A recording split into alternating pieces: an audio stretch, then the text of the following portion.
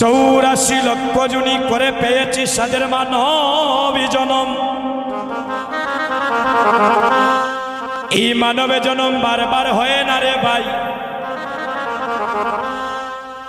হাওয়ার উপরে চলতেছে সবার মানবে গাড়ি, হাওয়ার উপরে সবার চলতেছে মানবে গাড়ি। হ্যাঁ যুবক বন্ধুগণ, জাগতিক জগতের যে গাড়িগুলা চলে তেল মোবিলে গ্যাসে চলে, আর মানব দেহের গাড়ি একজন সর্বময় চালাচ্ছেন। উনি হচ্ছেন কে? ঈশ্বর পরম কৃষ্ণ সচ্চিদানন্দ বিগ্রহ অনাদির আদি গোবিন্দ, যিনি সর্বকারণের কারণ।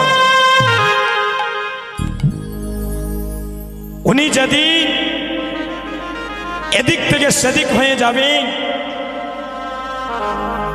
সেদিন আমাদের মানব জীবনের লীলার অবসান হয়ে যাবে।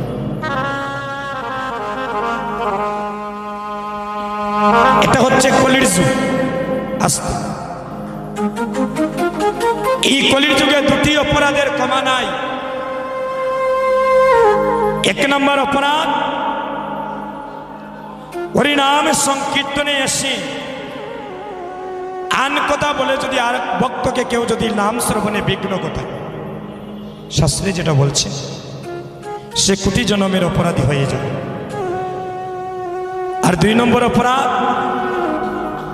এই নববৃন্দাবনে আপনারা যারা বসে আছেন, এই স্থানটার নাম কি?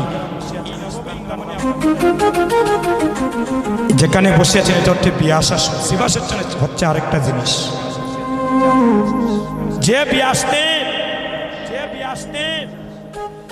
অষ্টাদশ গ্রন্থ রচনা করে